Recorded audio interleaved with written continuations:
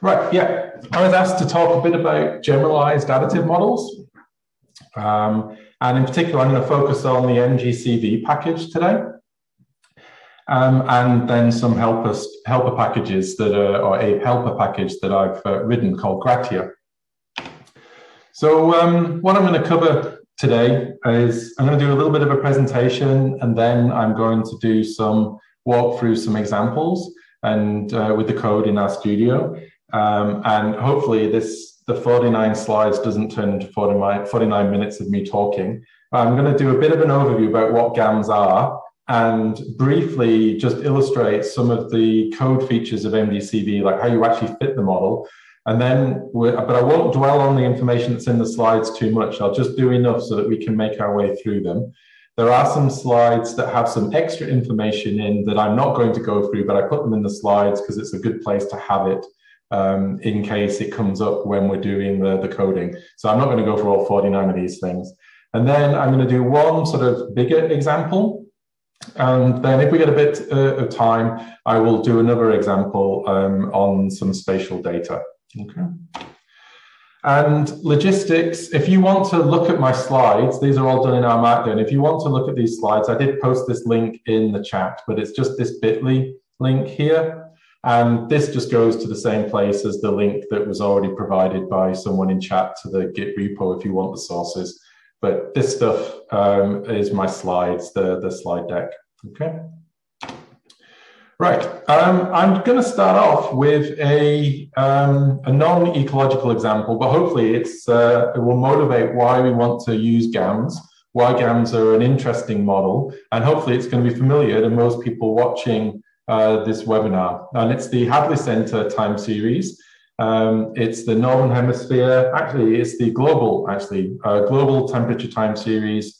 What I'm actually showing here is the median of 100 or 1,000 model runs that the Hadley Center do for temperatures, and it's presented as an anomaly. And we might be interested in how the temperature of the globe, if we're interested, if that's a real thing that we can even do something with or think about, we might be interested in how that has changed over time. When we plot the data, it looks something like this.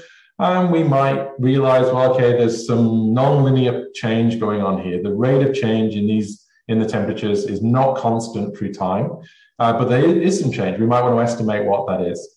And I'm going to now go through this example, how I might fit this using MGCV and fit a GAM to it, just to see how the technique works and how GAMs actually function. And then we'll go and do a whole lot of practical stuff. Okay. Right, so this is a linear model written in perhaps slightly different notation, but I'm just saying here that our observations are going to be normally or Gaussian distributed. Each of them have their own mean, mu I, but they have some constant variance. And then mu I, that mean, is this linear predictor. So we might have some beta 0, which is the constant, the intercept. And then we have some linear effects of these different covariates, x1, x2, and so on. Okay? And there are various assumptions in this. Linear, we have linear effects in these covariates. So the effect of x1 doesn't change no matter what the value of x1 is. And we can alter those things slightly with interactions, but we're still looking at linear effects of covariates. There are some other assumptions that I'm not going to go into, but the additive model addresses this first one. We're going to relax this assumption of linear effects. So why are we bothering doing anything more complicated than fitting linear models of interactions and things like that? Well, a question here is this linear? And I mean, hopefully people can see that this is not a linear change, that the change, perhaps it was decreasing early on in the record. There was an increase around up to 1950, perhaps a bit of a decline after 1950, and then rapid change up to the recent period.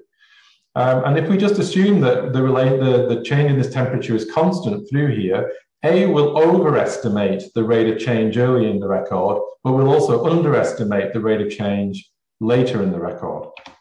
So here I'm just showing how we might fit these data. If we just want to be a linear model, we can fit polynomials. Well, here's our linear regression in orange.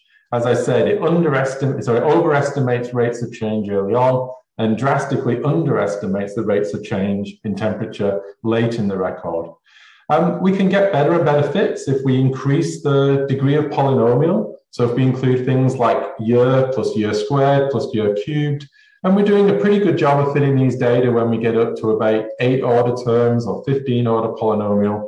But then when we start to fit these higher order polynomials, we start to see these weird features at the ends of the record where we are overfitting the data. And this is a feature of polynomials like this. And we would rather use something else. Okay.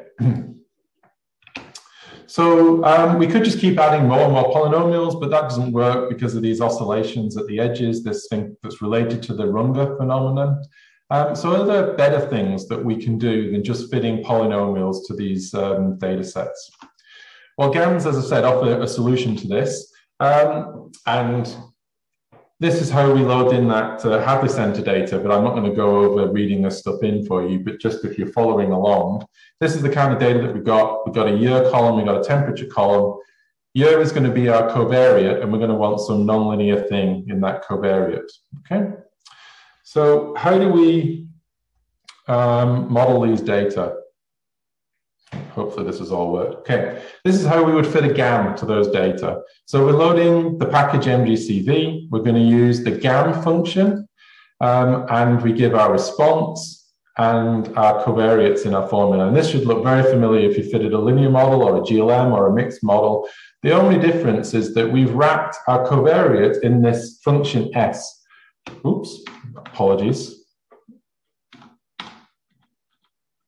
Where am I going? Go back. Giving away all my good slides. Where are we? Here we go. They'll teach me to lean on the spacebar at home. Okay, so what we've done here is just wrapped our covariate in this function S, and S is just going to represent a smooth function, and we're not going to say what that smooth function is. We just want that to be estimated from the data. We tell it where the data live, and then we are going to use this fitting method, and this is not the default in MGCV, largely I think because MGCV has been a recommended package and has been shipped with R for many years. And if all of a sudden Simon was to change the default for this, it might change people's results that they've been using in code. And so we recommend that you use this option, but it's not the default. And that is how you get a nonlinear fit to a data set like the Hadley Center data. And hopefully you can see this is not very much different to how you'd fit a linear model. The only change that you really have to make is this thing here, all right? And then add on a method, okay? If we look at the summary for our model, we're going to get something very familiar as well. We have our parametric coefficients. These are the things that are entering as fixed effects in our model. Here we just have the intercept. Remember, intercept is implied in a formula. And then we have our smooth terms, and it says these are approximately significant. We get some information here, like these are the effective degrees of freedom for this term. So this is using about 8 degrees of freedom. And then we get a test, and this is a test against a null model of a linear function, of a flat function, all right? And then some overall summary of our model. And this will hopefully look very familiar to you if you fitted a linear regression or a GLM or something like that. And there isn't an awful lot more to actually fitting a GAM than doing this. We can get very complicated if we've got very complicated data. And there are lots of things that we might want to do once we've fitted the model. But to fit it, this is really all we need to do, with one caveat, which we'll talk about shortly.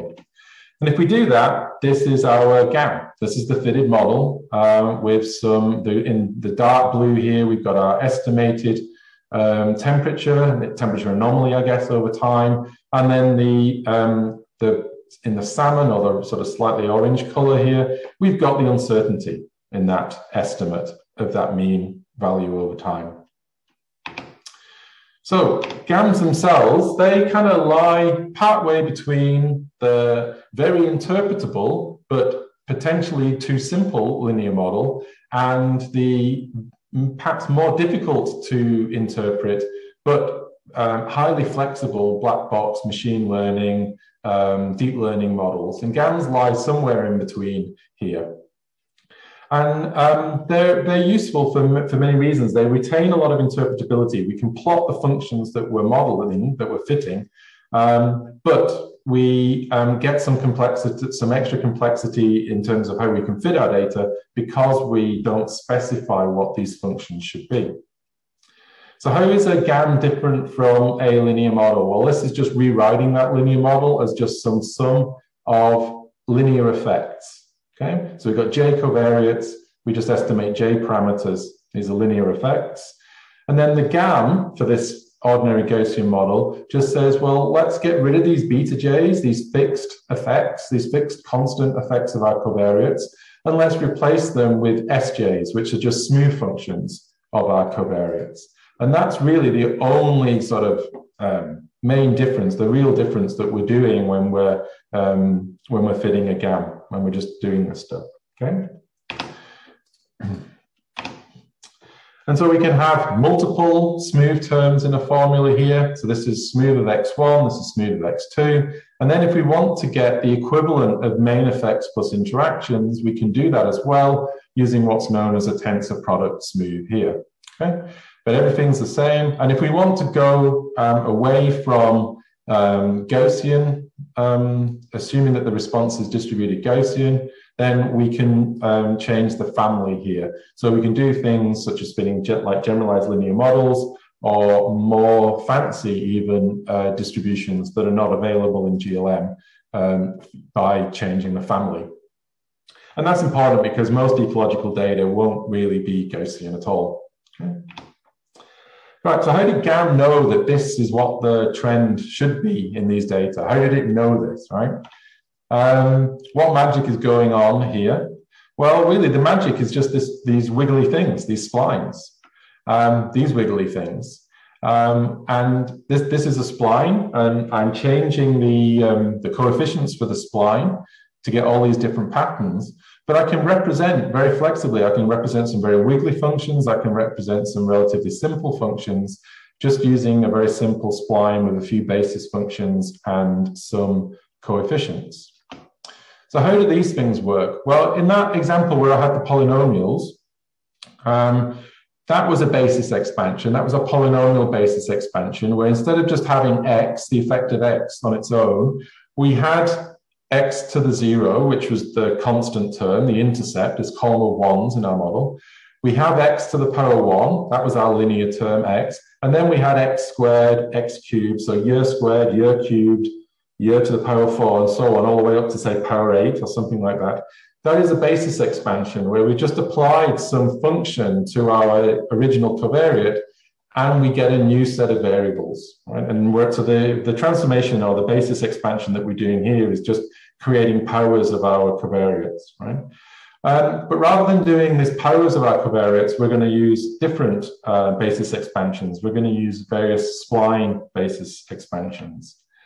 The splines are these functions that are composed of simpler functions. These simpler functions are known as basis functions. And this set of basis functions is called a basis. Okay? So when we model using splines, each basis function, which we're going to write as little bk, has a coefficient beta k. Okay? So once we've done this basis expansion, all we're really doing is just estimating these parameters now, but rather than estimating parameters for year and year squared, we're now estimating parameters, these beta k's, beta k's here, we're estimating them for the spline basis functions. And then the result, our resulting spline S of x is just going to involve us adding up. So we take our basis function, evaluate it at the values of our covariates, we weight it by the estimated coefficient and sum them up, okay? And that's it in words and in math. This is what it looks like practically. This is a cubic regression spline basis. There are so many knots here. So there's a knot at every grid line in this, there's a knot at every point where these things change actually. So where they all pass sort of, all cross these wiggles cross the 0 line, that's where there's a knot. And so we don't know, we've got about 10 basis functions here. There's 2, 4, 6, 8, yeah, we've got 10 basis functions. So there's 10 knots in here. And these little functions, you see that they only have some weight, they only have some value really over a short period of the data. Okay, so this is really really high value at this part of the record of the range of X, and then it's really small for the rest of it. So these basis functions generally act locally. All right. So that's our basis expansion. We turn our covariate X into these little functions, and then we estimate weights. So if we change the weights for our different basis functions, and by weight, I just mean scaling those basis functions, and we add up the value of all of those basis functions at each value of X, then we get the thick line, the black line here, all right? So just by changing the estimated coefficients for this spline gives us a different spline, all right? So that's how we create something, but now we need to estimate these things from data. So how do GANs learn from data? Well, here's another example, is just some simulated data where the true function is this golden line in the background. We just simulated some data from that, and so adding a little bit of noise on there. And we're going to try and recover that underlying curve. Okay. So we do that as shown here. We start off with our basis functions that are unweighted, so we get a flat function. And then essentially we just choose values for those weights, those beta k's, to maximize the penalized log likelihood, i.e. we force the spline to go as close to the data as we can, yeah? With the caveat that we don't want to overfit. So we choose those beta k's in such a way that we make the data most likely to have been observed, i.e. how well can we fit the data? And we do it, this is the best fit we can get to these data given certain conditions and this set of basis functions. So we avoid overfitting our sample because we could just have as many basis functions as we have data, and then we would fit our data set perfectly, but we would have learned nothing. So we have to be very careful about that. And one way that we do this is that we measure the wiggliness of this fitted function. So if we just go back, the more that function deviates, that thick black line deviates from this flat line here, the more complicated that model is, right? And we need to measure we need a measure of that complexity. And the measure that we're going to use is the integrated squared second derivative. That's the typical thing that we use, okay? And then we take that penalty and we stick it into our log likelihood calculation. So the first bit here, this is the log likelihood of the data given the parameters, okay? And then we're going to subtract off that some amount that's equal to that penalty that I talked about, and that's the complexity. So if we make the model more and more complex, this thing over here is going to get large, and therefore it's going to reduce the value of the log likelihood. So the penalized log likelihood is going to be small. So that means we're going to stop ourselves overfitting the data because this thing is going to get really large, and therefore we're penalizing against getting really large because the penalized log likelihood is the thing that we're trying to minimize or maximize depending on which way it's written. Okay. So this is wiggliness. Essentially it's just summing up the curvature of that fitted spline. And the nice thing about the way this is written is that we can write it as a function of our model covariates. So as I change the estimates of my basis function, the estimates for the basis functions, as I change those, I'm making the function more or less wiggly, and I get a measure of that just by these coefficients plus a smoothing matrix in here. Okay. So it's a really nice, convenient way of representing the complexity of the smooth. And we're going to call it wiggliness because it really is measuring how wiggly that function is. All right. Okay. So we have this thing, our log likelihood, that measures how close we get to the data in a sense. And then this penalty on the wiggliness that we've got here, that's measuring the complexity. And now really what we want to do is choose how much penalty are we going to pay for this extra complexity. And so that's governed by this parameter lambda. There's a trade-off. We could fit the data really, really well, but then we would have a very complex model. Or we could fit the data really poorly, but then we would have a really simple model. And we control how we do that trade-off using lambda. And this is how we vary lambda. So if lambda is really, really high, here say at 10,000, then essentially we get a linear fit through the data. As we make lambda smaller and smaller, i.e. we're paying less and less penalty for the wiggliness, then we end up getting closer and closer to the data. And in the bottom right-hand panel here, where lambda is some very small value, we've kind of overfitted, we've overshot, we've gone too far, all right? And so having lambda equals 0.01 seems to get a reasonable fit to the data, and you don't have to do this by eye. The GAM MGCV software is going to estimate or select the optimal value of lambda for you that's balancing complexity with fit to the data. Okay. So there are two ways to think about what we're doing when we're optimizing lambda. One way, this is where the default of using the generalized cross-validation or GCV smoothness selection comes in, is to think of it in a predictive mode. What we're trying to do is we're trying to choose lambda in such a way that we're going to minimize the out-of-sample error. All right? And the GCV is a measure of that out-of-sample error. Another way of thinking it is sort of like how well we want to fit the data parsimoniously, and we can do that in a Bayesian way, and we can put priors on our basis coefficients. And so the priors on those basis coefficients essentially tend to pull them towards zero, so they stop them getting really large. And that's another way of thinking about how we optimize lambda. And that's what we're doing when we're fitting with REML.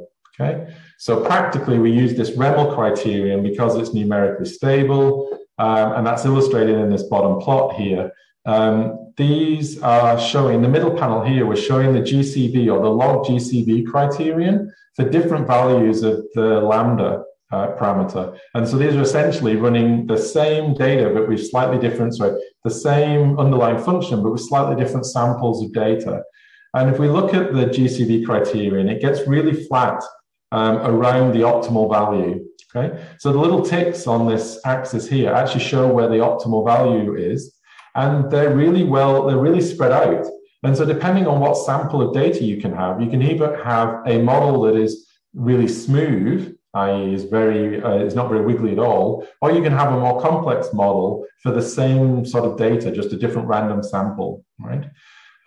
Whereas if we look at the REML criteria, there's a much more pronounced minimum in the REML criteria. And so for these different random data sets that are drawn from the true function, one example of which we see on the left, we see that the little rug ticks on here on the axis, they're all much more closely, the minimum are found much more closely together in terms of their lambda values, right?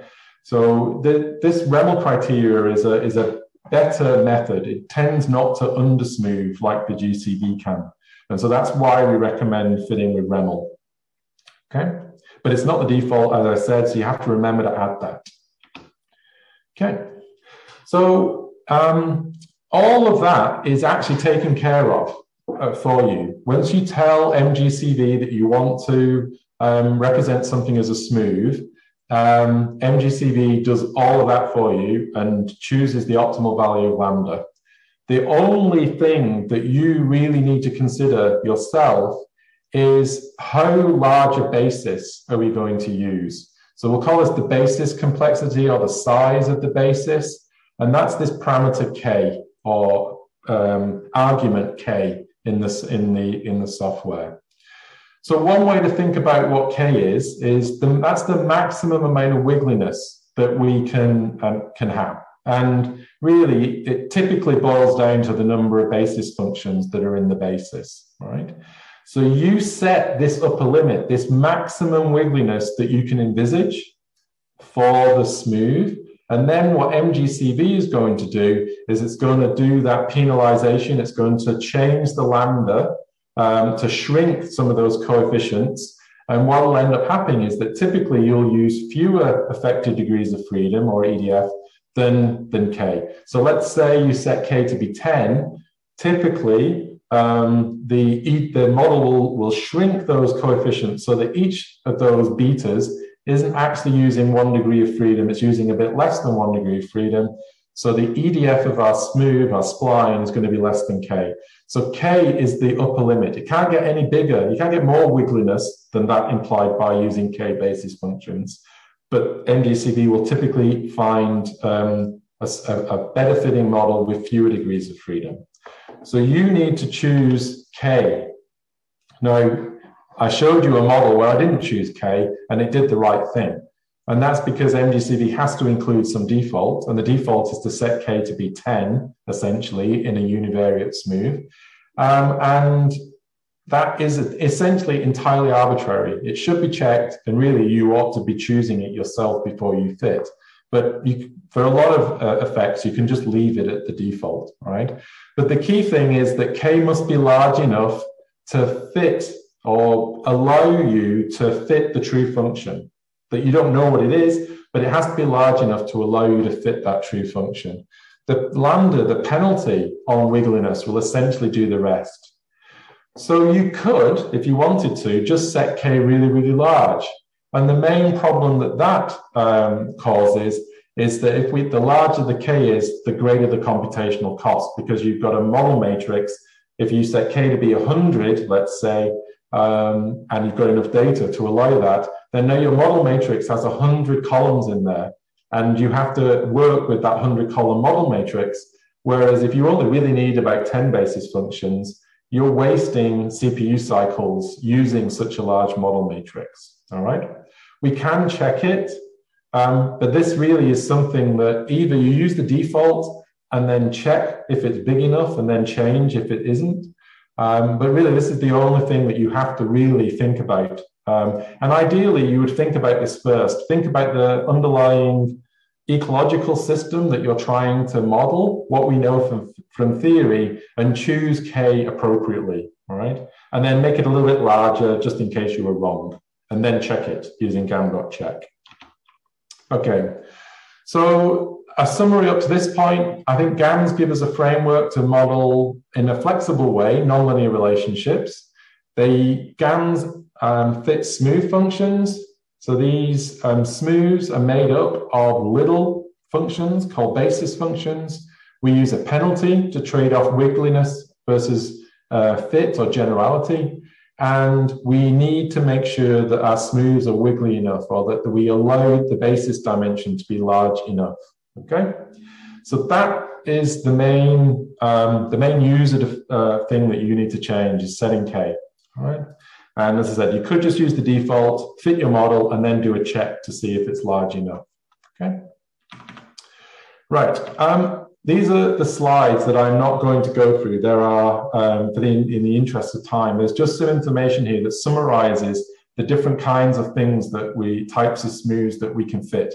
And I will be using some of these in my code in a second.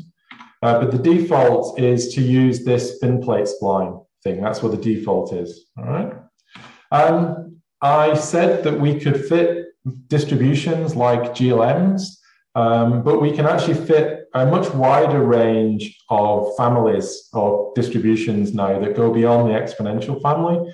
Here are just some of the distributions that can be fitted in MGCV. And if you want to go fully Bayesian, we can do things where we can use any distributions really that have been coded for JAGs or for STAM and something like that. And so if we're using BRMS, for example, we could use any of the distributions that BRMS has got developed for it as well. But we can still use the same way of specifying the model that MGCV has given us, okay? And there are some extra bits, but we will go through these things in the code. This is there just as notes at the end. Okay, so I'm going to skip through these. Before I start coding, I think main thing, if you're going to be getting into GAMs, where would you go after you've, or if you want to learn more? The main thing would be to buy a copy of or borrow from the library if you can. Simon Wood's excellent book on GAMs. It's called GAMs, Generalized Additive Models, An Introduction with R. It's in the second edition now. The second edition is much, much better than the first edition and covers all of the new stuff, all of those extra distributions and all the fancy things that are now in MGCV. So definitely Simon's book is really good, and it just doesn't cover GAMs, it covers GLMs, mixed models, and all sorts of things as well, sort of as a build-up to GAMs. Noam Ross, one of my GAM colleagues, has written a free course It is here. And also, I think this is the last time that we ran a workshop for ESA before the annual meeting. So there's a load more resources that workshop. And then I think these are the two papers that Dennis was referring to earlier, where one I've shown how to model paleoecological time series, and then this other one here where we're fitting hierarchical GAMs. Okay, and there's a ton more stuff on my blog if you are interested.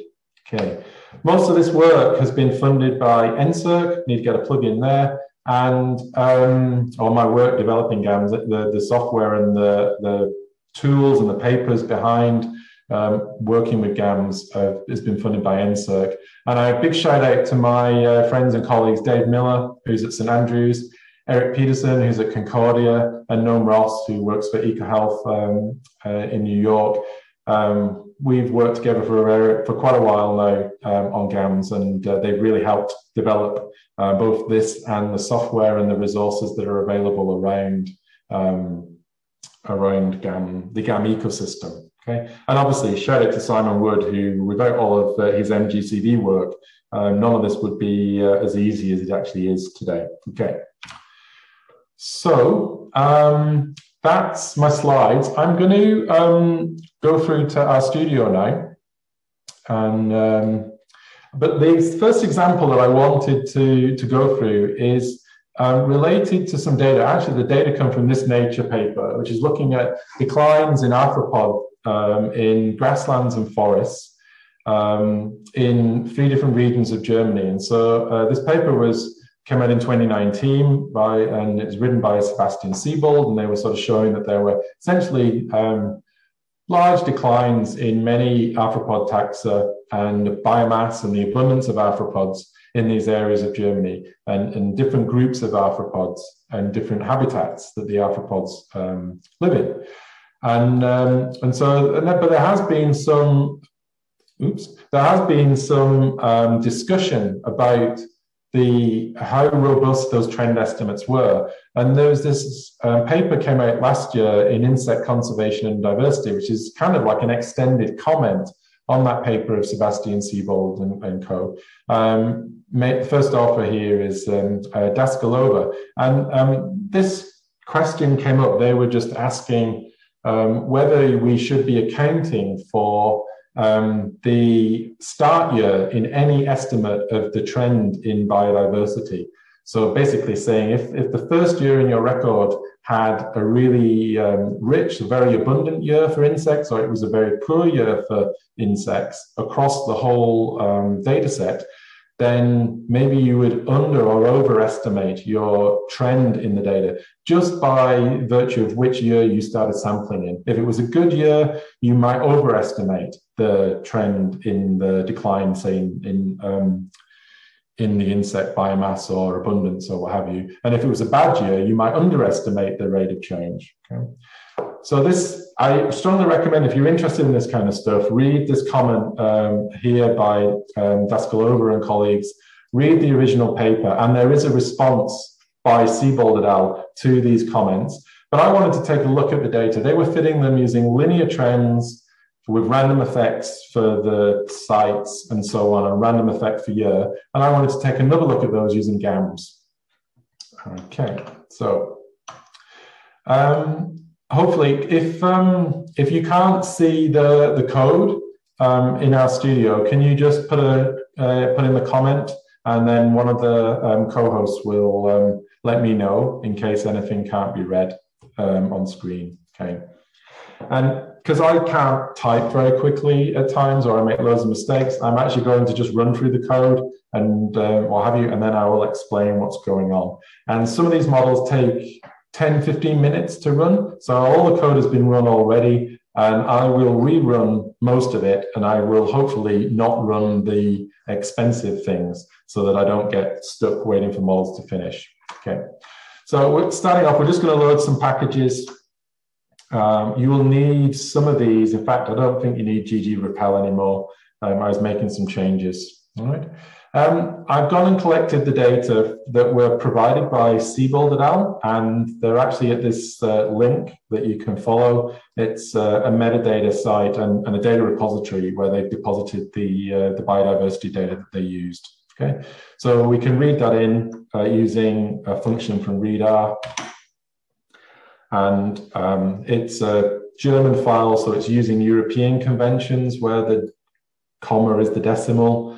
And we use the period is used for like the thing between the thousands and the 100,000s and so on. So that's why we're using read CSV2. Okay, we need to clean up the data. So I'm just going to do a little bit here. We're just cleaning up the names in the data set. I'm changing a couple of the variable names so they're a bit easier to type if we need to. And then I'm making some of these things factors. So that's all I'm doing here. And I'm using this new across functionality in dplyr to do that. All right. So let's have this is not a very good plot, but let's just have a look at the data to see what we're working with. We're going to be working with the abundance of the identified arthropods. So this is the abundance of all arthropods that can be, that were identified to species level. And there were other abundance measures in there, but that's the one we're going to look at here. All right. So just going to plot this data. Okay, so we see, and this is one of the comments that they were making in that comment paper, that if that first year it has a really high abundance in the in your arthropods, then it's always going to look like you've lost a lot, right? Because you're starting off with a trend using these data up here. So the question is, can we model these things non-linearly? And that's one of the questions we're going to ask with the GAM. Okay. And I'm just going to do a little bit more wrangling on the data here. We're going to just create a factor from the year, and that will be useful when we want to fit a random effect for the year. And then here I'm just centering the year, but we'll actually use something slightly different later. Okay. And then there was just I was just doing some little things here just to see how many data points that we have. So these are the different plots. So what we have in this data set are, let me show you what it looks like. Okay. So this is what the data look like. We have a habitat type. This is whether it's grasslands or forests. I'm just going to use the grassland data here to make it a bit more easier to work with. The data were sampled annually in the grasslands, or at least sort of annually there. Not every site had every year. But they were typically measured annually. The reason I'm leaving the forest side of this just at the moment is that the forests weren't measured annually. Typically, they were measured every 3 years. Okay, and that then means that in here, where we've got about 10 years worth of data in covered, you would only have 3, maybe 4 data points sometimes for the forest, and that's why I'm leaving them out. It's not to say that we couldn't model them with GAMs. We just have to be a bit careful about the degrees of freedom that we assign to our splines and things like that. Okay, but here, if we've only got 10 observations or 9 observations at any single site, that's going to make it tricky to fit sort of really complex GAMs to them. But I'll show you that we can actually do that. And some of our observations here only have 6 years, because for some reason that site has some missing data, for example. Okay, so some of these variables we can ignore, but the data come from 3 different regions here. That's why we converted region to a factor. So there's this ALB is one of the areas, and then there are 2 others. The variable plot ID, that indexes the individual plots. So there were so many plots, about 50, but it wasn't always 50 in each of the regions for each of the types, grassland or forest. But this variable here indexes the plot ID, so which plot they came from. We have a variable containing the year, and then a whole lot of these other things. So here we've got the biomass, we've got abundance. This is the abundance of everything that was an arthropod. We have the abundance of just the things that could be identified to species level, and then they broke it down into species richness. Then this was things like, this was just looking at the abundance of carnivores, herbivores, and so on. So we've got species richness, biomass, and abundance for these different groups. And then they're not shown on here, but there are some covariates. And if we get time at the end, we'll look at those. Okay. Okay, I'm going to skip those bits. So the thing I'm going to do here is I'm just going to filter out just looking at the grassland data, right? Because it just makes it a little bit easier. It's a little bit harder to deal with things if you've got only a few observations per data point. Okay, so yeah, let's look at this. I'm just going to look here at one particular site. So I'm just going to look at one site first. We'll fit a GAM to that, and then we'll go and try and fit all of to all of the data, to all of the plots. So here I'm just filtering the data and then using ggplot to plot year on the x-axis, the abundance that I want on the y-axis, and I'm adding, and this, whilst you are fitting a GAM here, this is making an assumption about that the data are Gaussian. You could maybe change that. I haven't looked at this. But I'm just setting the formula to generate a smooth, okay? And that's just to get a look-see. So here it looks as though there is some nonlinearity in this particular data set. So we'll use this plot going forward as our illustration plot. Okay, so let's filter that into this data set called site. So all I'm doing now is just taking all of the observations for plot AEG1. And we're going to fit our model. So as I showed you in the slides, we use the function GAM. In our formula, we use here we put the response. So this is the thing we want to model. Here, this is the abundance of the identified species. Tilde, and then we're going to use S of year. Year is the covariate that we want to use to model. So we want a nonlinear trend. That's what we're saying here. Where did the data come from? Set our method to be REML. And then here, because this is an abundance, it's count data, the negative binomial is a logical sort of starting point here. And the reason I say it's a logical starting point rather than the Poisson, this negative binomial family here, NB, estimates that extra dispersion parameter theta for you. And so if theta is either really large or really small, depending on the parameterization, then you get the Poisson out of it, right?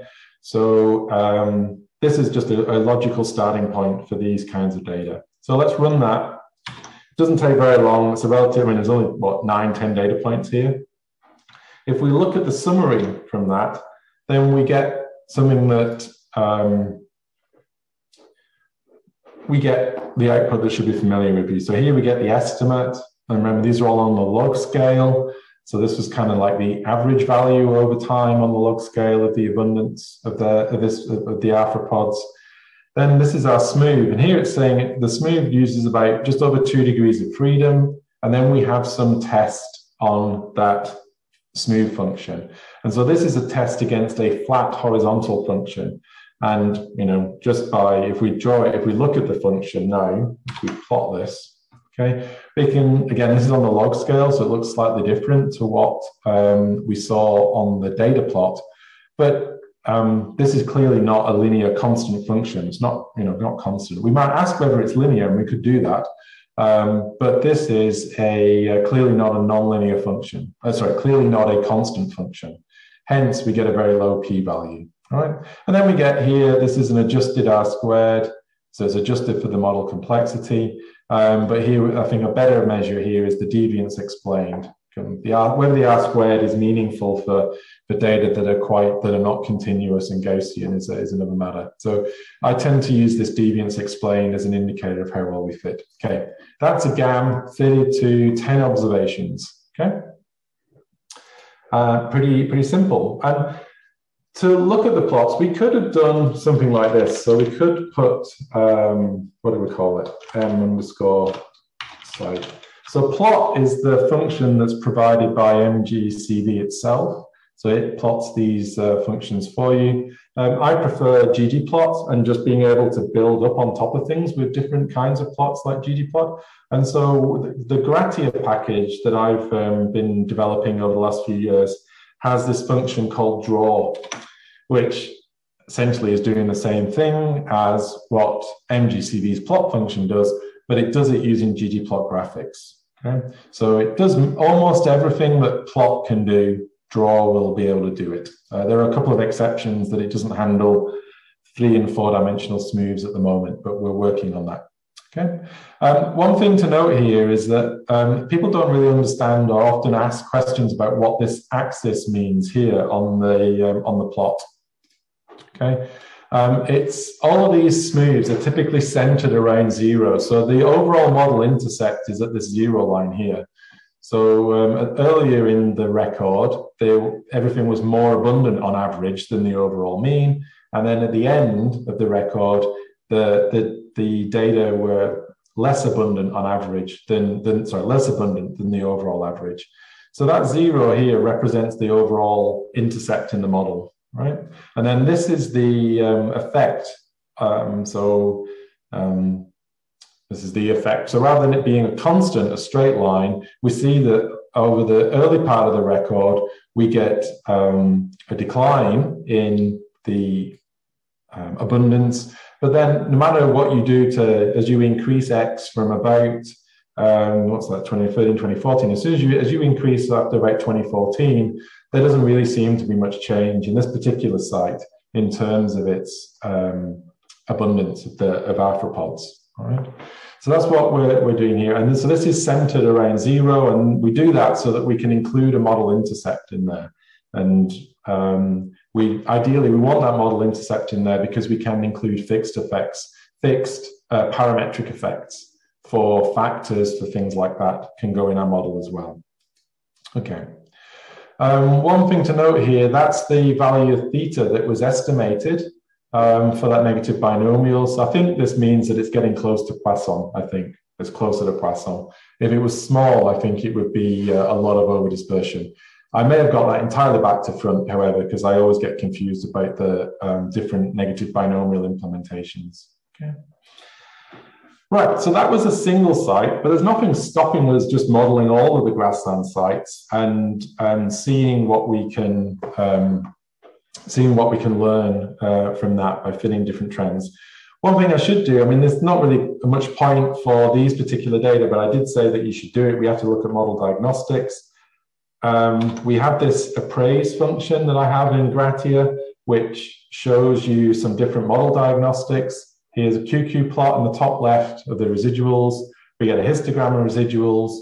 We see the deviance residuals plotted against the linear predictor, and we get fitted versus observed values. And I'm not saying this is the best model to fit to these data, but it's not so bad with just 10 observations, right? But we do get model diagnostics.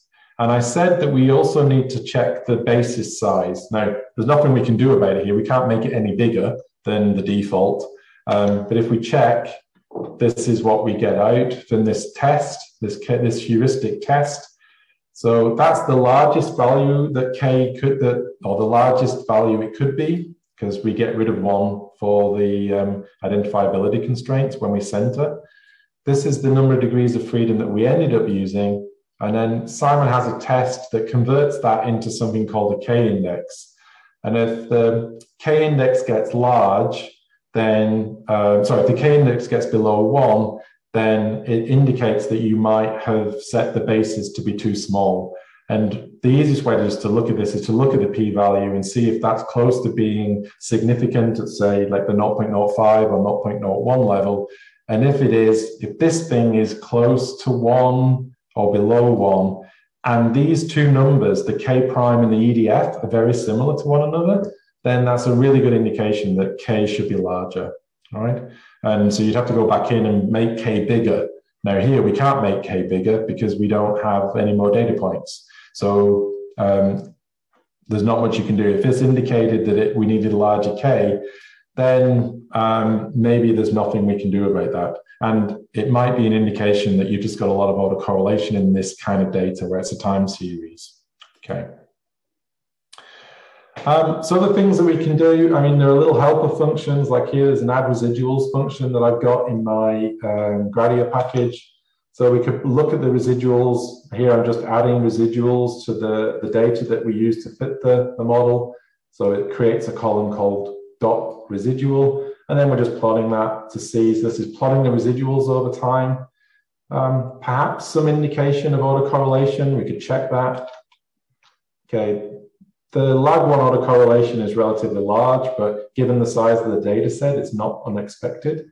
But, you know, so there are lots of things that we could do here. And we might also try something called a routogram for count data, where in the blue dots here, we've got the maximum, so this is the estimated abundance, and then these bars show the observed abundance. And so we're, in this instance here, we're under predicting. So we're actually predicting the abundance is too small for some of these, but we're not going too massively, as opposed to saying that on average there should be about 0.2 individuals, and we observed 1, essentially. That's what this is saying. Okay, so well, it's not actually saying that, but it's close. We're out by about 1 individual when we're talking about here, say 22, 23 individuals. We're out by about 1 individual. Okay, so yeah. That's a routogram. There are diagnostics. You could also use Dharma, the Dharma package, if you're familiar with that from mixed models and GLMs. Dharma now handles MGCD GAMs as well. Okay. Right. Okay. That was a simple GAM. I've gone through some of the main features. Let's do something a little bit more interesting. We're going to fit all of the data. If you've got the right software on your computer, like a multi-threaded linear algebra system, then MGCD can use multiple threads when it's fitting GAMs. So I'm just going to set that up as a little control object that we can pass to our models. Now what I'm going to do is I'm going to fit all the data. I'm going to start off simple. So we're going to say that there is some overall common trend, but that I want to have a random intercept for each plot, so that each plot can have a different abundance, but they all change in the same way over time. All right, that's what we're going to do here. So we'll run that. It just takes a second to do it. Everything else is the same. But the only extra thing here is that I'm passing in this control. So this is using multiple threads if it needs to. So let's have a look at that. Here's our summary. Now we have 2 smooths, one for the trend overall and one for the random effect. And so there are 150, I think, sites or plots in this data set. And this is just the shrinkage in action that you would get in the random effects get pulled towards 0, like random intercepts and so on. We've ended up using 116 degrees of freedom for that random effect. And then this is our trend, our global trends using about 8.5 degrees of freedom. And over all of that data, we explain about 54% of the variation in the abundances. Okay. And we can plot that. Okay. So we get a very wiggly trend, more wiggly than we had before, because now we've got lots of data, so we can try and estimate how things are going on. And here, this is just the showing you the random effects as a quantile plot, basically a quantile plot. Okay. I don't think this is the best model, but we'll have a look at one diagnostic. Let's see if this K could have been larger for the year term. All right. So we do K dot check, and this is what we call this M1. Okay. Right. So now when we look at this, it says this is the maximum value it could be. This is the estimated EDF, or this is the EDF of the estimated function. K prime is below 0, so the p-value is very small. So this indicates there's a problem here, right? Now, the problem really is coming from the fact that we're assuming all of our observations follow the same trend. So I'm not going to do anything about it here, but this would be a surefire indicator of where you'd want to go in and change K, okay? And it doesn't run the test for random effects. That's why they're missing, yeah. Okay, so maybe each of the regions has its own trend. So we can do that with what we call a factor by smooth here, where we say, I want a smooth of year, but I want to do that where region is a factor. So I say by equals region, and now I'm going to get a different smooth for each of the 3 regions in this data set. And if you had 10 levels in region, you'd get 10 smooths, okay? The only thing you have to remember with these is because all of these smooths are centered around 0, you have to include the regional means as well, all right? So if you use a factor, anytime you put a factor in on the by level here, you need to account for the means, all right? So we're going to do that here. The rest of it's the same, but now we're going to get 3 smooths, 1 per region rather than rather than a single smooth. And just in the interest of time, because I don't want these things to take too long fitting, they take a minute or two to fit these different models. I'm just going to use the model I've already fitted, right? So here now we get parametric effects. So this is the first region now. This intercept represents the first region. This is the region HAI. So this is the difference between the log average abundance for that first region and the region HAI, and then the same here. So SCH is slightly more abundant on average, HAI is slightly less abundant on average, but these are on the log scale, remember? And then here we see we're getting quite complex wiggly trends for each of our regional smooths, okay? And our variance or deviance explained's gone up. We were doing about 54%. Obviously now we've got a more complex model. We've added in another sort of 16 or so degrees of freedom. We can explain a bit more. Okay. And let's have a look at these fitted smooths.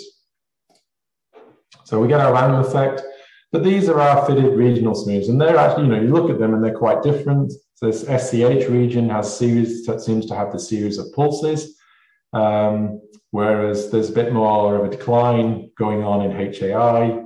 And ALB has this very rapid early decline. And just note the differences in the values on the x-axis, for example, to indicate how much change is going on. We see this rapid decline in ALB and perhaps less change apart from around 2015. Okay. Right, but that's not the only thing. I mean, really, we might think, well, rather than each region having its own trend, maybe each of the plots has its own trend. Can we fit that? So this is a more complicated model. Here, what we're doing, we got rid of the regional specific stuff. Here we're saying, I want a smooth of year, but I want it for each of my plot IDs.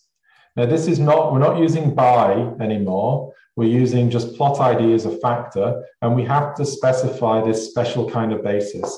This is specifying a factor smooth basis.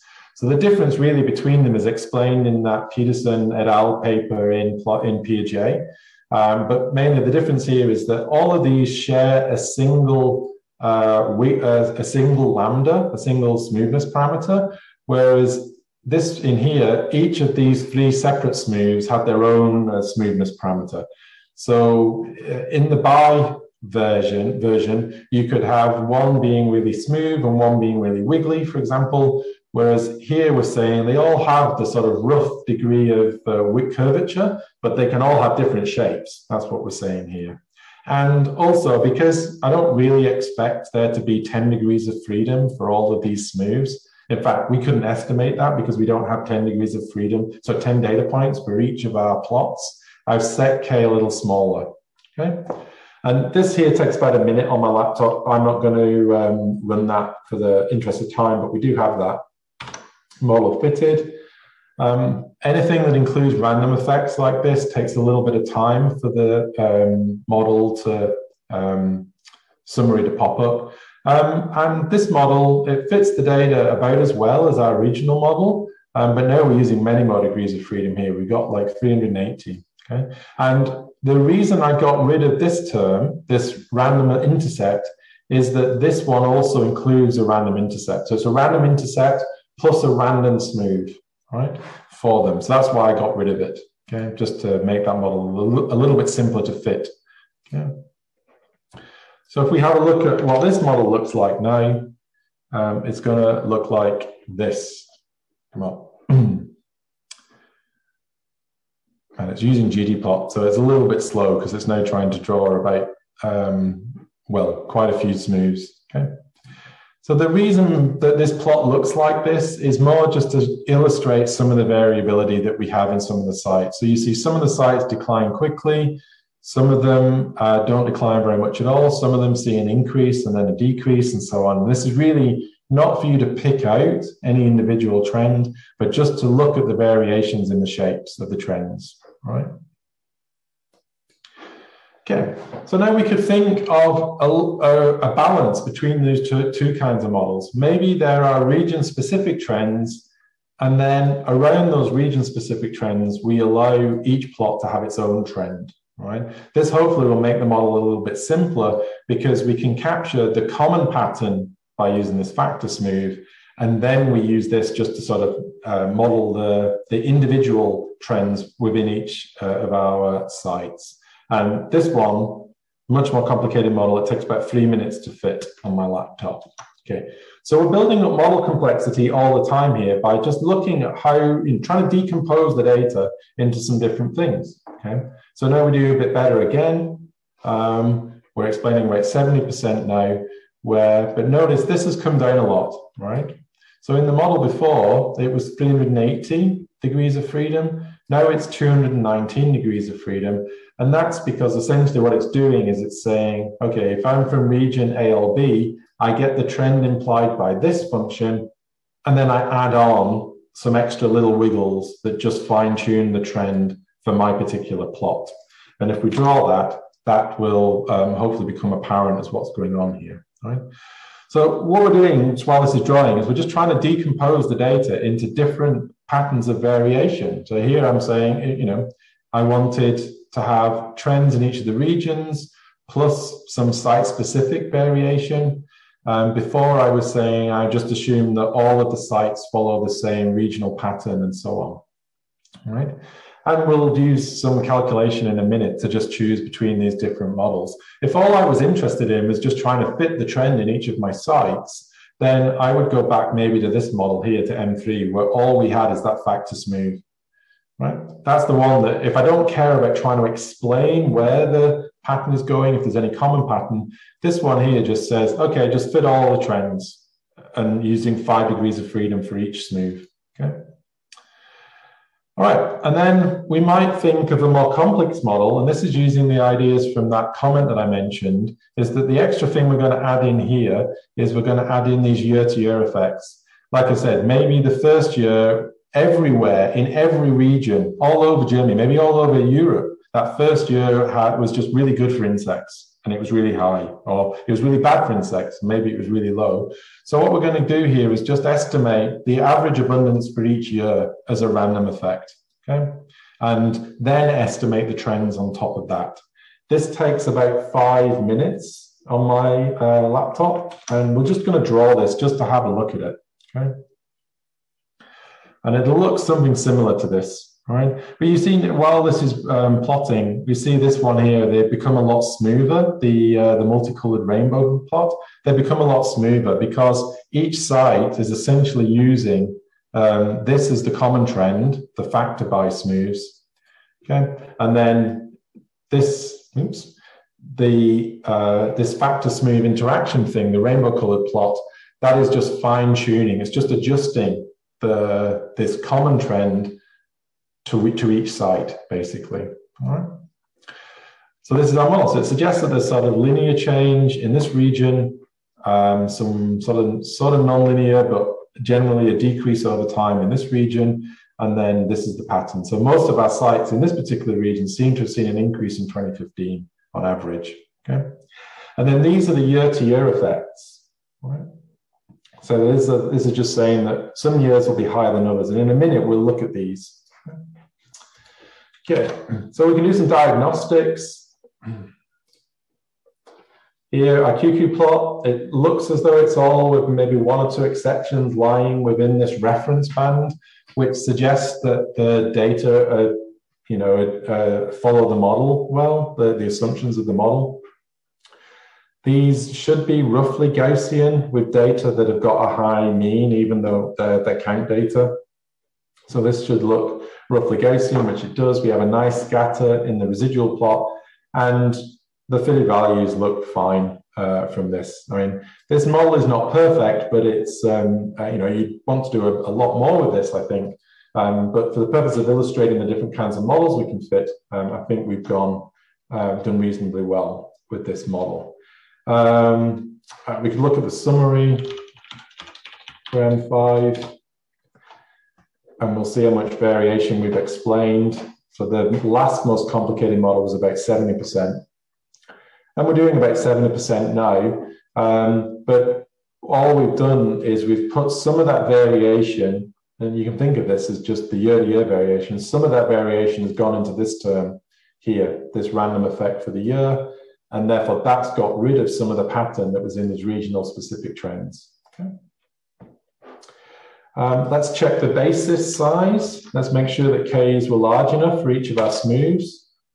And so it looks as though they were okay for this one. I think this one's okay. Here we're up at the upper limits. And so we might want to go and increase the K's here, all right? So we might want to change the maximum, the size of the basis for these, right? I actually don't think it makes too much difference in here, purely because I think the data are autocorrelated, and that's something we ought to take account of. But I'm not going to do that here for these particular data in this example. But we could do it, and the way to go and do that would be to come in here and change this. So we could say, let's k equals 20. So the default was k equals 10. We'll set it, and we lose 1 for the identifiability constraint. We'll set k, we'll double it to k equals 20, refit the model, and then we will come and see what this said, okay?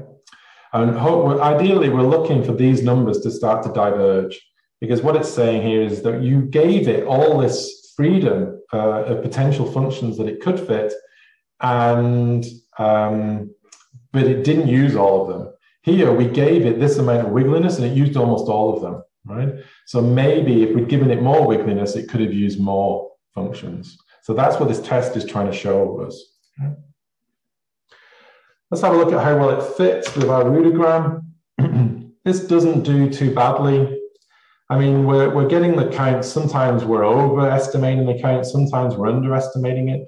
But these are some warning limits. I think that it was Tukey came up with this empirical guess as to what the warning limit should be. And only 1 or 2 of our observed counts in this data set go outside these warning limits. There's a couple here where we're on the low side, sort of up here. And then there's a couple down here where we're, getting the count slightly wrong. But given the assumptions of the model, this is not too bad. Okay. Right, now there are some other ways that we could fit this. If we had a very big data set, we could fit them using BAM. And BAM doesn't mean that it's faster, though it can be sometimes. BAM means for big, so it uses less memory. So if you've got a lot of data, it can fit it more efficiently. Now, I'm not going to do this. This one took about 17 minutes to fit, so I'm not running that. This one here takes about 5 seconds. And I will run it just to show you.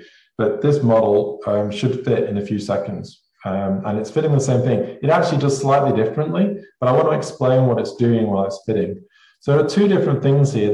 We have to change the algorithm that's being used. So the thing here, it's using the fast Dremel calculation. And then here I'm setting it to discretize covariates. Now, it doesn't really make too much sense for this model that we've got here to discretize the covariates. And I think it's overdoing things when something's odd's going on. It shouldn't take 5 seconds to fit this model, but it does. And it actually gives you slightly different results. Okay? But I wanted to include it because typically turning on this, discretizing, what it means is that you've got a covariate. Most of the time, your covariate values maybe vary in decimal places here and there.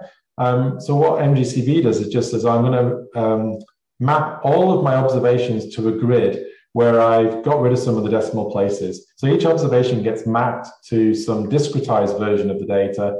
And then because what that does is it throws out some of the detail in the data. It throws out lots of the unique values. You get more common values. That makes the model matrix and the basis, the size of the basis that we create, much smaller. And therefore, it's much more efficient to fit the data at the expense of a little bit of inaccuracy. All right. And if you've got millions of data points and you want to fit the model, and you don't have access to a computer with terabytes of memory, this really is about as good as we can get at the moment, is to use this discrete equals true.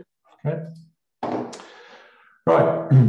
Now, there are other models that we could fit. That was assuming a negative binomial response. Another way that we could do that, and then we can't model, say, I want the theta parameter to vary with each of my sites. Well, another way that we could do that is to use a Tweedy. And the Tweedy distribution is really for like things like biomass and so on, but it will work out just fine for abundance data as well. But But this is an example of fitting a location scale model. This is where we model the mean, we model the other parameters in the data. Like if we could, we would model the theta parameter of the negative binomial. So here I've got the same mean specification. So this is the model for the mean. But then I'm just saying that each of my plots can have its own Tweedy power parameter and its own Tweedy dispersion parameter. The Tweedy distribution has 3 parameters, right? And altogether, those 3 parameters all come towards estimating the mean and the variance of the different data sets. And so this is a way to model over dispersion. And I fitted that. That takes about 10 minutes to fit that particular model. Note also, while it's doing the summary, I changed the optimizer as well. Okay. So hopefully this summary will come up quickly. Maybe not. Maybe it's going to take a few minutes. Okay. So I'll just let that go for a minute. So the last bit I've got in here is a model that's fitting it with covariates. So rather than just assuming that we've got trends or space and things like that, we could actually include some of the covariates that were provided with the data, because maybe things like temperature, precipitation, the agricultural intensity of the area could contribute or explain some of the variation in the trends. Okay, so just before I do that, let's go and have a look at this. This is the Tweedy location scale model. It's reading out our formulas for us, okay? This is the notation that MGCV uses for location scale models. So this stuff up here is the same, but then this is the intercept. This is the constant term for the power parameter, if I've got it the right way around. This is the constant term for the dispersion parameter, and then so that's the means. This means this is not the first linear predictor. This is the first linear predictor here. So when it says .1, it actually refers to the second linear predictor we specified, and then .2 actually refers to the third linear predictor. It's an annoying notation that's been used, but you just have to remember how these things map on to the different formula that you gave to the model. Okay. But we've estimated this, and does a reasonable job. We could look at it if we wanted to in a lot of detail. This does a reasonable job and suggests that there's actually more variation. And so we could go back to that negative binomial model, fit it using BRMS, and model theta as varying between each of our sites and so on, right? To see if that works. Okay, well, let's have a look. Oh, and then this is one thing I wanted to show you before we do that last bit. This is looking at that year-to-year effect for the our M5 model. And this is just showing, okay, this is for M5. It's saying, okay, maybe there are some year-to-year effects, but they're not massively different from 0, right? And that's because some of that initial high abundance in 2008 is actually now being modeled as the trend. So whereas in that comment paper, they found a really high value for some of these early years, for these year-to-year effects, that's now being picked up as trend. And it really, what they were showing was that there was trend. This is a trend in the data, these random effects. We just modeled that as a smooth function and said, okay, the abundances were just really high in all these regions at the beginning, but that was just this odd 1 year. Let's see, after we've accounted for that common regional trend, let's see what was happening at the rest of those years, right? That's just another way of looking at the data to model them, all right? Okay, so in the Siebold et al. Paper, they use some covariates like land use intensity, winter temperatures, precipitation in the growing period, and some arable and grassland cover. And then they fitted a model to that, which I'm doing here. And we've got rid of a lot of our smooths of time. In fact, this is the only smooth of time that we've really got in here. This is the overall trend in the data. Then we've got nonlinear functions for each of those covariates. We now have interactions between those main effects. So interactions between the different covariates here, between winter temperature and precipitation. And then we've just added on here, this is the year-to-year effect as a random effect. And this is the random effect for the different site intercepts, all right? Now, it's going to take a minute and a half. I'm not going to to show that one, but we will just do the summary of that. Okay. So we get, and it's made a bit of a mess. Can I make this a bit better and redo that?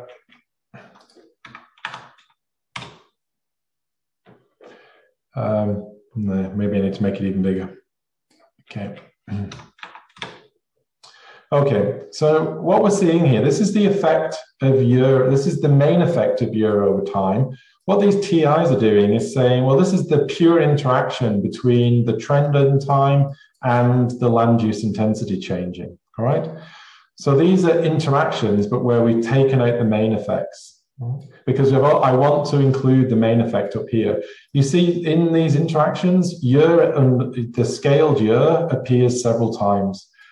If I was to do TEs here, these normal tensor products for each of these three terms, then the model could get unstable because we've got the same basis functions, the same covariates are occurring in multiple terms. So what we do here is we get the main effect and we stick it in here as a normal smooth. And then this is just looking at the pure interaction between these two variables, right? So now we don't have any issues with the same smooths, the same basis functions appearing in multiple terms and an identifiability issue there, all right? So these covariates, we're doing a reasonable job of fitting the data, and we could go into a lot of detail now doing the diagnostics like I've shown you, but I'm not going to do that. I'm just going to show you some of the smooths in this model, and then we can finish off with this, all right? So here, this is the arable cover over time. So it looks as though there are linear effects for the arable and the grassland cover, a non-linear effect for the land use intensity, some weirdness for the winter temperature, precipitation, perhaps not significant, and then this is the overall trend. But remember, these are the main effects, okay? We've got the interactions to look at. So here we can look at the interactions. It just takes a minute to plot. So these interactions now show you the non-linearity of the relationships. So, and the gray bit that we see in this panel just says where we've gone too far from the data, all right? So now you can start to say, okay, well, the abundance is much higher at the end of the record, so looking at the lower left plot, when the grassland cover was much higher, okay? So the grassland cover is high, and at the end of the time series, the abundance was much higher. So these are how we'd read these interactions off. Okay? But this is the pure interaction effect. You've got to add on the bit from the previous smooth. Okay? And we can select individual trends and so on. All right? There's a model now where I've added in the trends, the site-specific trends. Now, this takes 17 minutes to run, so let's not do that. Let's compare them. The only difference between these two models is whether I've got these site-specific trends or not in there. If we run that, we see that, yeah, for the, we add in 100 degrees of freedom, but our AIC has gone down by quite a bit, and 20, 30 units. So it does suggest that there is still some site-specific variation that's not accounted for, even after accounting for all of these different covariates. Okay. And I think that's where I'll end it. I just will explain before I answer questions. In here, this is a point process model. It's using an extra package called the PPGAM package that uses MGCV. I was going to go through this, but kind of running out of time, so I'll skip that. But you can follow along. The bit that is largely uncommented here is just doing some validation. Basically, what it's doing is it's predicting from our model for a series of grid cells that we fitted over the region that we have these Joshua tree records at, where we know the trees existed. And then it's looking at how many we observe in the data versus how many we would expect in those grid cells from our model and comparing them to see if they're the same, okay? I will go through and comment some of this code. So if you come back tomorrow, I will have commented that. Okay. Right, I'll stop sharing, and if there are any questions, I can answer. Right, so first question is, fitting a time series is great, but what do the basis coefficients tell us about the data? Specifically in the temperature example or the temporal example, what do the fitted coefficients tell us about the change in temperature over time? Okay, well, I think the main thing the model gives us is the plot. And if we wanted to, we could go and estimate the derivatives from that thing. So if you just fitted a straight line through the data, the beta for that slope is the derivative. It's the rate of change in that slope. We can do the same thing, but estimate derivatives for the curves. So now if we wanted to know what the rate of change in temperature was at any point in that record, we could evaluate the first derivative and get that back. And so now we would have an estimate of the rate of change. How might that apply in the biodiversity thing? So in both Siebold et al. And in the comment paper from Daskovala, they both assumed that the trends were linear. Okay, and I think there's some evidence that they're potentially non-linear in here. We could use the derivatives there to say, okay, what was the rate of change in abundance or biodiversity at each point in each year? Okay, and we could ask how quickly is that changing by looking at the second derivative as well. So once we've got these fitted functions, we can actually do stuff with them. And there's a function in Gratia that estimates those derivatives for the fitted splines for us. So that's one thing that we could do with them. Okay, great. The next question is regarding the first example, examining the temperature over time. Also, is there a way to address and evaluate the temporal autocorrelation in the GAMs?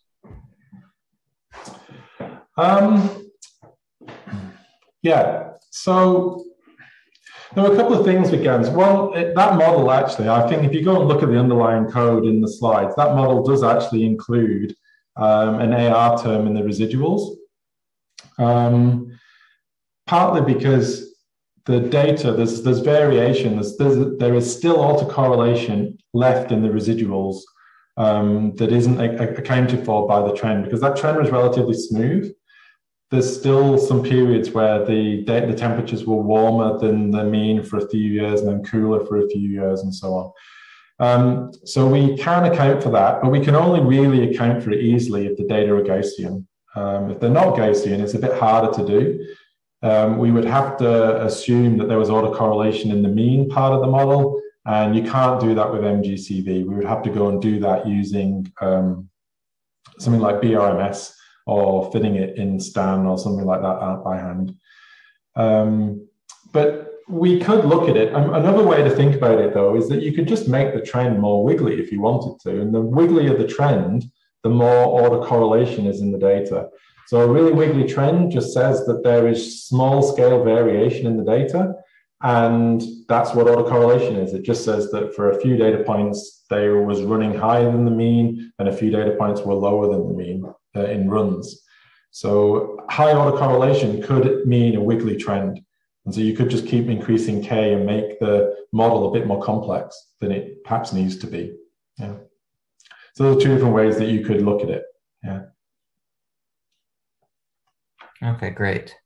The next two questions are actually pretty similar. So they're both focused on how do you assess significant predictors from a GAM model, especially like in a biological or ecological context, particularly when sample size is pretty large.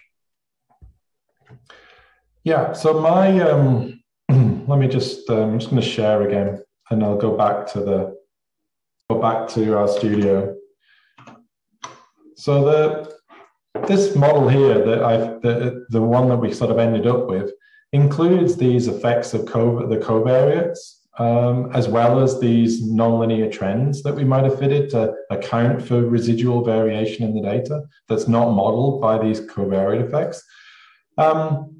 We can look at those. I mean, I should just say they were all scaled. So they all have been scaled to have a zero mean and unit variance, right? So we could now compare the different plots. And so that's what I was, we were doing this here by looking at the different smooths. And this is now showing the individual effects. So this suggests that the main effect of arable land is that as the higher the arable land cover, the lower the abundance. Okay, that's the interpretation of that. These ones get a bit more complicated. It suggests that there is some insect diversity sort of is lowest at the middling sort of temperatures, and then it gets higher again at the ends, maybe. I would not know how to interpret that. I am not an invertebrate person, but I would also say in the way that I've written this model, this is just the main effect. We have to look at these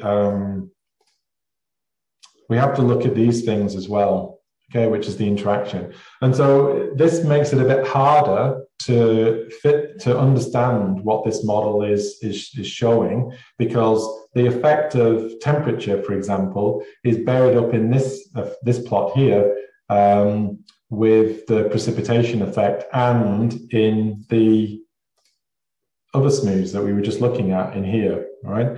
So the one thing I would suggest there then is that we would predict from the model. So if you wanted to know how the abundance of invertebrates varied as temperature varied, I would create a new data set that had temperature varying from the minimum value to the maximum value evenly. And then I would set precipitation, arable cover, all those things to some common values. And then I would predict from the model and look at how it varies. And you use the predict function in MVCV to do that. And I think that's one of the beauties of these kind of models, is that it gets you into visualizing the model by predicting, making some scenarios up for your data.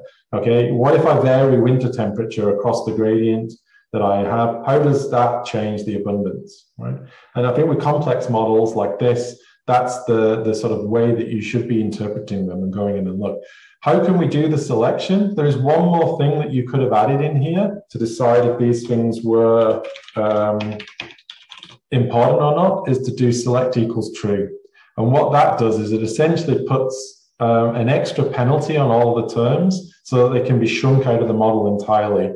And what we mean by shrunk out of the model entirely, they essentially have zero effect. So you're doing model selection. But my approach would be to fit a model that had all of the terms that the theory would suggest, or that represent the hypotheses that you're interested in. Fit the model that includes all of those things, put in some extra stuff that accounts for the features of your data. Here you've got multiple plots, so let's put in the random effect. Sorry, and then this is the potential between year effects, the year-to-year effects. Let's include that. Estimate everything together, do feature selection if you want, but then use that model and decide, okay, are these effects that have been estimated, are they large or not, right? So, I mean, if you just look at the values on the y-axis of the land use intensity plot, for example, here, these values are much higher than in either of the other grassland cover or the arable cover, which suggests that land use intensity, because we've standardized all the data, that there's more variation in abundance with land use intensity than with either of a little bit more than either of the two arable and grassland cover variables, for example. Right? So land use intensity looks to be potentially more having a larger effect. Yeah, thanks for that explanation. Kind of the flip of that is particularly with sample size. Is there a minimum sample size to be able to fit with GAMs? Well, as long as you're willing to change K from the default, you could get away with, I mean, I did it with 10 observations there. If you set K lower than the number of observations, you can do it. It's just that there's going to be a lot of uncertainty. You're trying to estimate a lot of things, but you're only using a few basis functions in that instance, right? And then the penalty will stop you from overfitting, right? It will shrink those things down. So yeah, I mean, the utility of, I mean, if you've only got a few data points, unless you have really, really strong non-linearities in there, then you're probably going to estimate something linear or close to linear. So it doesn't really, you don't need to use a GAM to do that.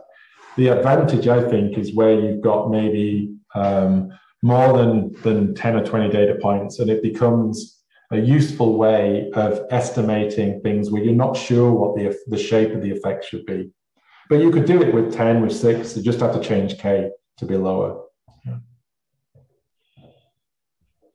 Okay, and also I think building off that a bit, there's another question asking for time series data with large gaps.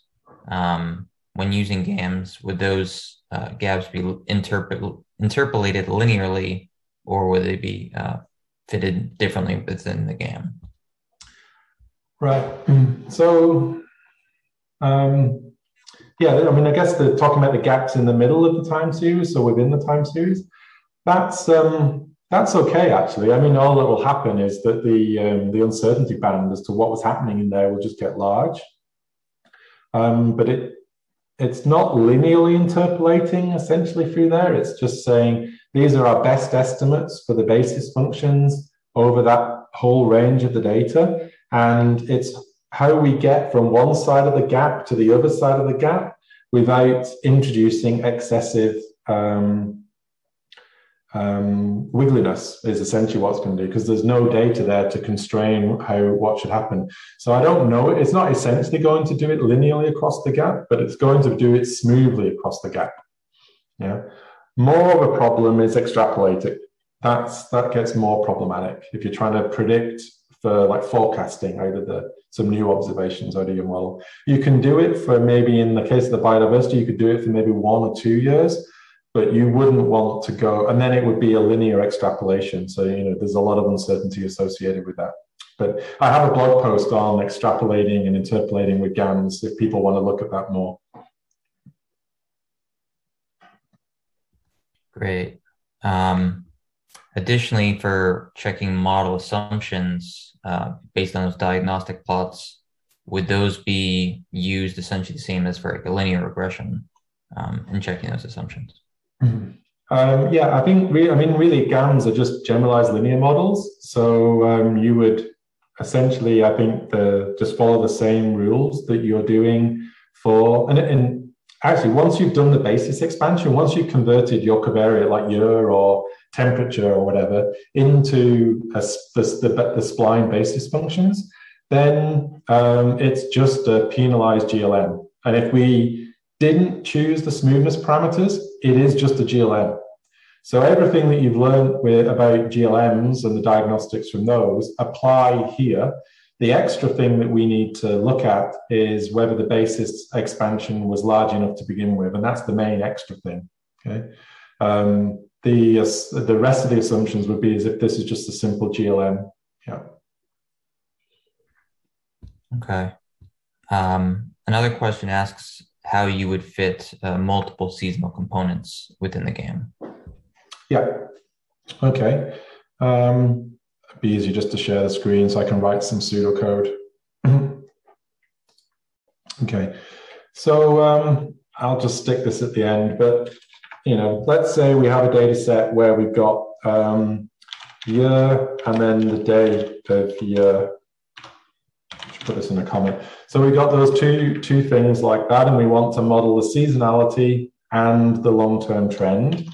Okay, so let's assume that those are our variables in our data set. Then we would do something like this. So we've got our response, y, and then we would have a smooth of year, and then and assuming that we had data over the whole year, so like we had every month was represented, for example, or every day of year was represented, then we could do something like this, where we'd put day of, it'd have to be like this, day of year, and then we would use what's called a cyclic spline. And then what that does is it says, because January 1st should not be that different from December 31st from one year to the next. And ideally they should be exactly the same at midnight, right? So this cyclic spline just makes sure that these things join up smoothly at the ends. And there's an extra thing that we would have to do in that instance, which is to set the knots. So this is the location of that crossover point where they do it, okay? And for a cyclic spline, we can do that like this. We would go list, and then it's day of the year. We have to name it. It's a day of year, and that is going to have at 0, okay, or 0.5 actually, and then 366.5. So that basically says that the day 1 is essentially in the middle of the day, and so 0.5 would represent at midnight on January 1st, and 366.5 would represent December 31st at midnight just about to switch into the new year in a leap year. And then you specify that in here by going knots equals knots. Okay. If you had monthly data, which often crops up, then the month model could be done like this, where instead of having knots for that, we would have knots per month. We could still leave that at 0.5, but then we'd set this to be 12.5. So essentially, month 1, when it says 1, that would represent the middle of January, and 0.5 represents the beginning of January. And what that does, it just allows January and December to be different, but it means they still cross over at some representative point. And then this would be month. And then if you've got all 12 observations, if you wanted to, you could set this to be k equals 12. And then we know that, that's the maximum it can be, because you've only got 12 unique data points in there. Okay. And so that's how you would do it. And then this says this trend is fixed, and this says that the seasonal effect is fixed. And if you wanted those to vary over time, then we would allow them to interact. And we would do it like, well, there are two different ways we could do it. This is the easiest way to allow these things to interact, is just to make a tensor product of the two. And then we have to double up all of this. So that would be TP, and you could set K if you want, but we could just leave it off as to make it easier. So we could do it that way, or we could do it as with the TI that I mentioned earlier. So plus TI. And now this is the interaction of those two terms, like that. So that model that we've got there is saying, I want the overall trend, I want the overall seasonal effect. And then this bit here says, how does the seasonal effect vary with the trend, or vice versa, So it says, what's the trend in January, basically, rather than it being a fixed seasonal effect. Great. Yeah, thanks for that explanation. Another question asks, similar to something you mentioned during your walkthrough, when comparing different performances in each of the different GAN models, which metric reported by MGCV, comparing the adjusted R-squared and the deviance, is the most appropriate to use, and in what instance? I typically try not to do too much of that. I included it because I know ecologists often like to fit different candidate models. Then in that instance, I would probably use the AIC to compare those candidate models. My preference normally is to try to fit the model, the sort of full model that represents the different kinds of hypotheses that I expect, and then just go with that model and not worry about comparing it with a simpler model. Partly because I don't believe that anything has zero effect in ecology. It will always have some effect, even if it's quite small. And so rather than say it has zero effect and fix it to be zero, I try to estimate all of those effects that I think are important, and then work from there. But if you want to, I would use AIC. That's probably the easiest thing to use to compare different models that you fitted to data. Yeah. And then you do have to be a little bit careful if you're going to start doing that model comparison. Rather than fitting with REML, you probably want to fit with ML. It's not going to do quite as good a job with the smoothness estimation, but it allows you to compare models with different fixed effects. Okay. And I think similar to one of the previous questions, are there ways in dealing with data sets when the collection interval is not constant? So for example, if observations are recorded annually for maybe the beginning of the record, but then every 5 years or so for the rest of the record. Yeah, essentially that's saying that you don't have data for some of those years. And that's what we had in the example here, that some years didn't have data for them. It just means you've got gaps, and you're not going to be able to say with as much confidence what the mean was in the bits where you don't, or what the trend was or whatever, where you don't have data. But we can do that. You just say, okay, you've got the certain years have been observed. At the beginning, you had one every year, and now you have them every 5. That's fine. It's just just fit it. You've got year, you use that as your basis, fit the model, but you'll end up, obviously, you will have less, you'll have greater uncertainty in your estimate for that period where you've got the data every 5 years versus annually. And, I got rid of all of the forest data here where that was estimate. Most of the forest data is done at every 3 years.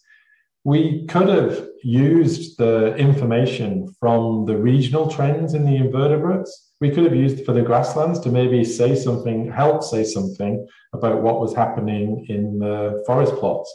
Or by putting all the data together, we could still have estimated it and done forests and grasslands. I just kept it simple, so I wasn't trying to model all of the data in the webinar as we were going along.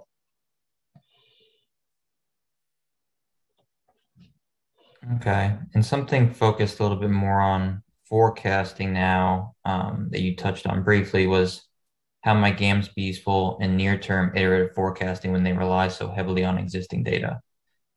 So they obviously have the vast capabilities for fitting these data, but what about their ability to predict? Yeah, so how GAMs forecast or allow for extrapolation really does depend on the order of the penalty. So when I was talking about the wiggliness penalty, I talked about it being on the second derivative of the function. If you change that, if you estimate it on the first derivative or on the 0th derivative, which you can do, that changes how the model will extrapolate and what happens when it extrapolates. What's going to happen with the extrapolating at order 2 is it's going to go out linearly. And so you're going to have to accept that, okay, whatever the trend is estimated at the end of your time series, that is going to be, that's our best guess as to what's going to happen into the future. So, that's unlike things like ARIMA models or things like that, where you're using the previous observations and that dependence, that stochastic relationship between previous observations and the current observation to say something about what the next data point would be. There are also some technical difficulties that you can encounter if you don't set the model up in a particular way. And it's too much detail to go into an answer here, but that blog post that I mentioned that's on my blog goes into a lot of detail about doing this. I think if you are going to want to do forecasting, I think things like Gaussian processes and GAMs are very, very similar. In fact, you can represent a Gaussian process as a spline and do stuff in a GAM. But Gaussian processes using these covariance functions, that would be the method that is most similar to what I presented, but would allow you to do some forecasting, some extrapolation. And I think that works a bit better than, certainly works better, than the GAM approach. And that blog post that I mentioned has a link to some work using some Gaussian processes in STAN for that.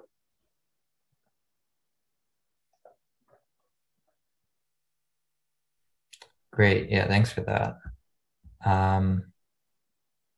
Another question more on reporting results from running a model is, since you're getting results from these different coefficients you've estimated with these smooth terms, how do you recommend reporting these results when putting together a manuscript? Yeah, so I typically plot the smooth functions, and it's partly why I've gone to a lot of effort to write software that tries to produce or helps you to produce nicer plots of the smooths.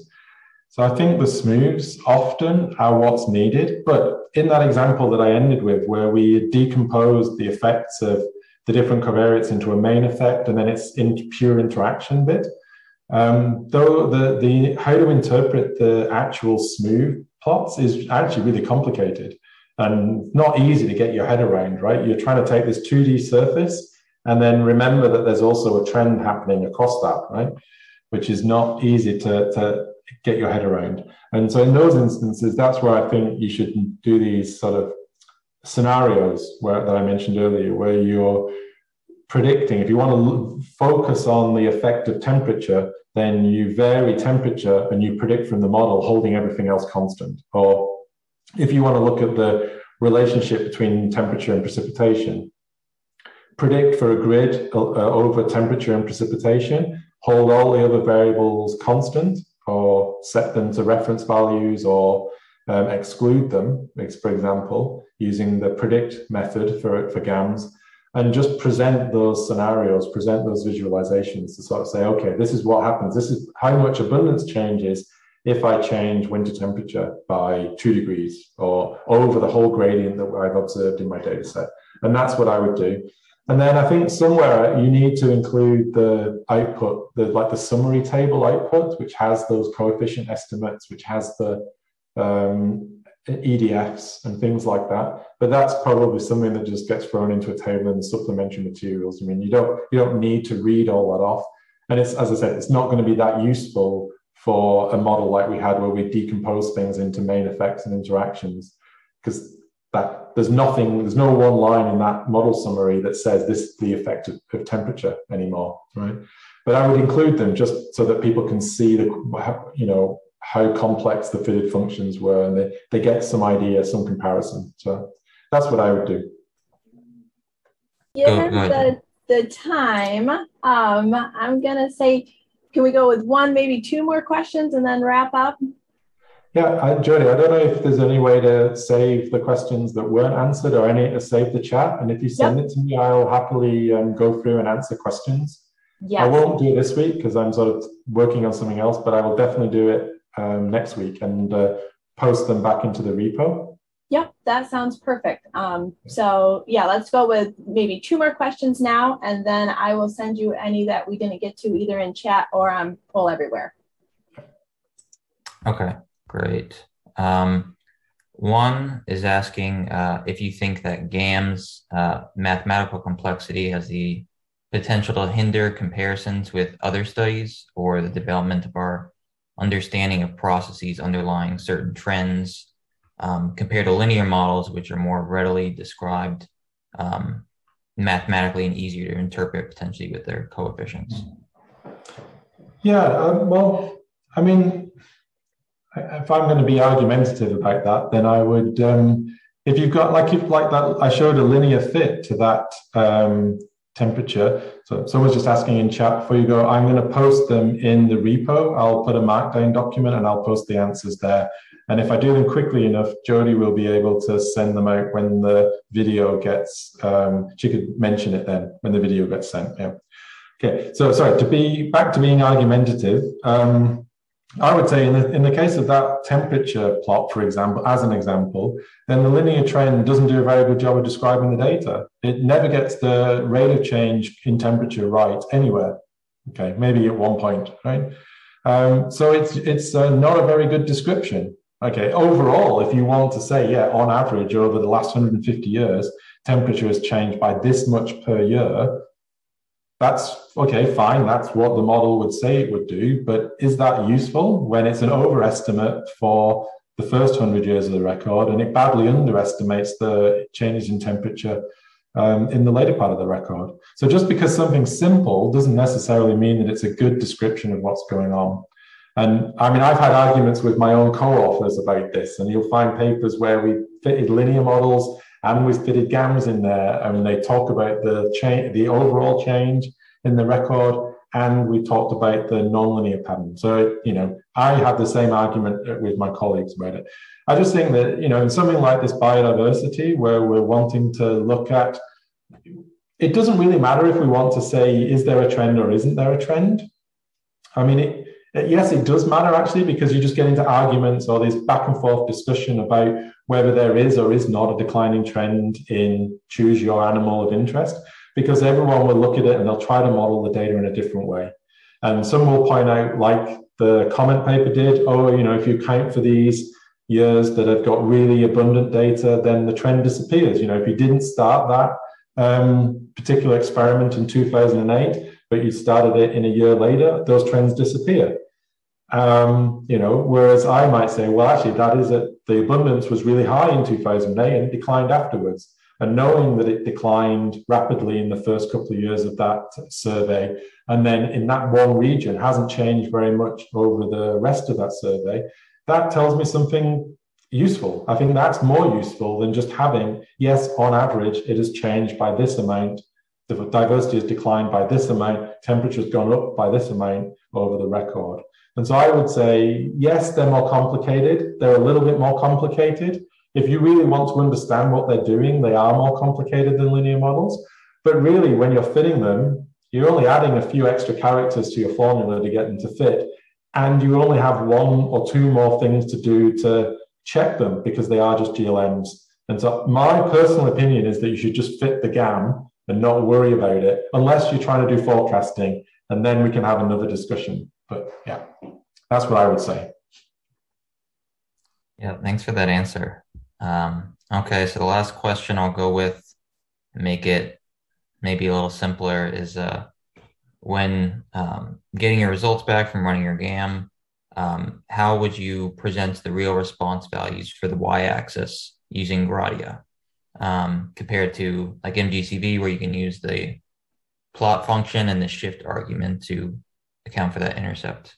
Yeah, you can do that in Gratia too. There's a constant argument, and then there's a transform or transfun argument where you can give it the thing that you want to, the constant you want to add to the intercept, and then the inverse of the link function you could provide, or you could provide your own function. If you only want to go part way, you want to go from log odds to odds, then you could provide the bit that just undoes the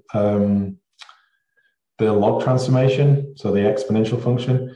You can do that in Gratia automatically. I think if you're wanting to do anything more complicated, I would use the predict function in MDCV, provide data for those scenarios that I was talking about, use the predict, generate the predictions on the scale of the link function, and then once you've done that and you've calculated confidence interval, back transform them using the inverse of the link to get them on the response scale. So that's probably what I would do. If you just want some to fiddle around with the partial effects plots, you can do the same thing now in Gradia. It may not be in the CRAN version, but I've definitely got it working, and it's in, if it isn't on CRAN, it's in GitHub and it's working there. Yeah. All right, great. Yeah, thanks for answering all these questions. And